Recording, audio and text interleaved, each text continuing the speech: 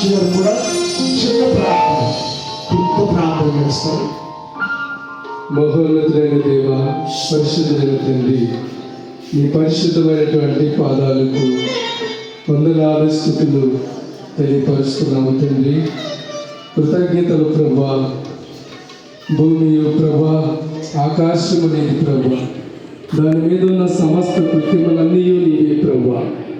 యెహోవా ఇల్లు కట్టించిన దాని కట్టువారు ప్రయాసమర్థమన్నావు తండ్రి.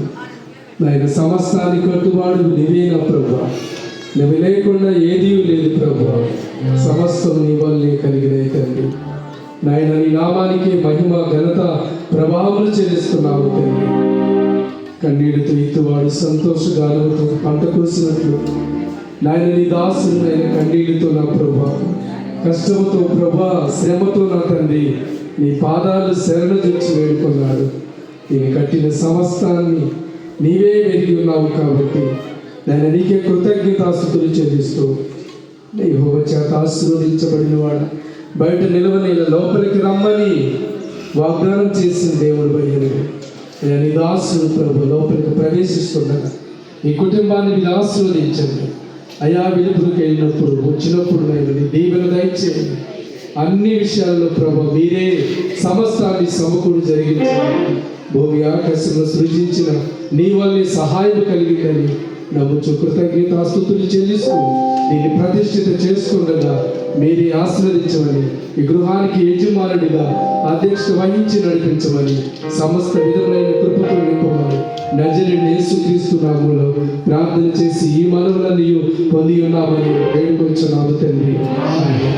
మనమందరం ఆ విధంగా ప్రభుని స్తుతిస్తూ ఉండగా దైవ జనులు ప్రభు సింగయ్య గారు అట్లాగే అమ్మ ప్రథమ గారు మరి వారిరువురు కలిసి ఈ ప్రార్థనతో ఏర్పాటు చేయబడిన దీన్ని ప్రారంభం చేస్తారు. ప్రేయర్ హాల్ ప్రార్థనతో